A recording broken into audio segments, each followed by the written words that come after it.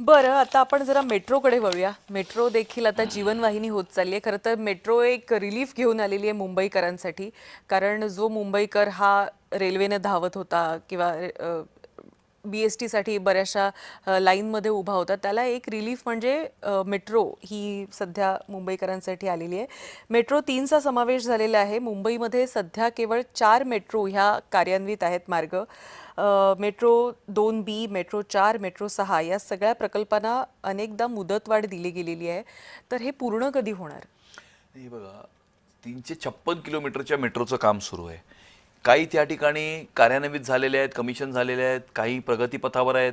आता येणाऱ्या 30 तारखेला सन्माननीय पंतप्रधान महोदय अंडरग्राऊंड मेट्रोचं उद्घाटन करणार आहेत आणि त्यामुळे टप्प्याटप्प्याने 356 किलोमीटरच्या मेट्रोचं काम हे पूर्ण होईल. आणि मी तुम्हाला हे दाव्याने सांगतो की कोस्टल रोड झालेला आहे, अटल सेतू झालेला आहे, मेट्रो 356 किलोमीटरची जेव्हा पूर्ण होईल त्यावेळेला तुम्ही ज्या प्रकारे या शहरामध्ये जगता ते कम्प्लिटली तेच बदलून जाईल आणि मुंबईकरांच्या जीवनामध्ये आमूलाग्न अशा प्रकारचा क्रांतिकारक बदल हा मेट्रो, अटल सेतू आणि कोस्टल रोडनी येणार आहे आणि येतोय. आणि आपण पाहाल की येणाऱ्या काळामध्ये आमचं हे उद्देश आहे की मुंबईच्या एका कोपऱ्यापासून दुसऱ्या कोपऱ्यापर्यंत कुठल्याही कोपऱ्यापर्यंत माणूस 59 मिनिटांमध्ये 1 तासाच्या आत पोहोचला पाहिजे.